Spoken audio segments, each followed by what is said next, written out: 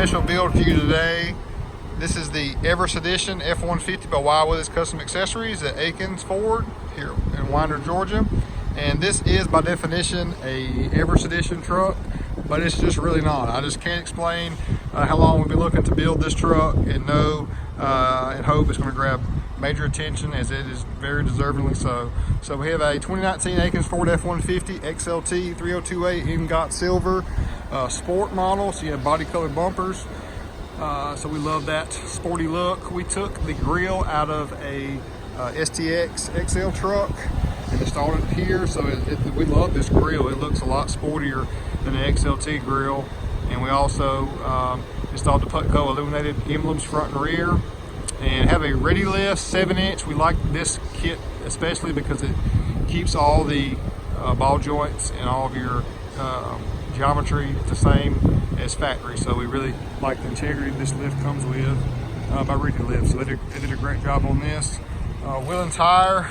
We've been highly seeking this wheel for a while. We have some availability of these for you. TIS 544 BM in 24. Yeah, that's right. Big boy 24. By 12 wide, 37 by 1350, 24 NITTO Ridge Grappler. Just a phenomenal build here. Trimming, we just removed the front air dam on the front. Everything else looks great. No scrubbing, no issues whatsoever. The other control arm components of the ReadyLIFT. We got almost a 6-inch lip on the wheel. Love that it doesn't have the milling. It's got the TIS off-road. Looks like a Ford's wheel, but it's not. Of course, with a 7-inch, you've got to have power deployable running boards. Ant Research has a must. This truck also has a Roush cold air intake installed on it. There's a good look of the rear. Putco emblems. This truck's just bad. I'm not gonna lie. This truck is just bad to the bone, y'all.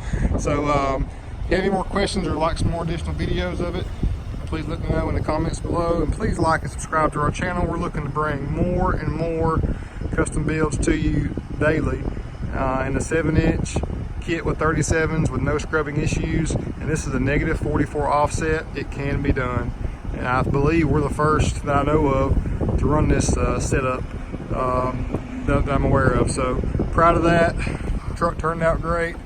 Everest Edition. I'm Real Deal Neil. To answer all your questions, I would love to help you. This truck is available for sale. I'll post the link to the vehicle below also. Thanks so much.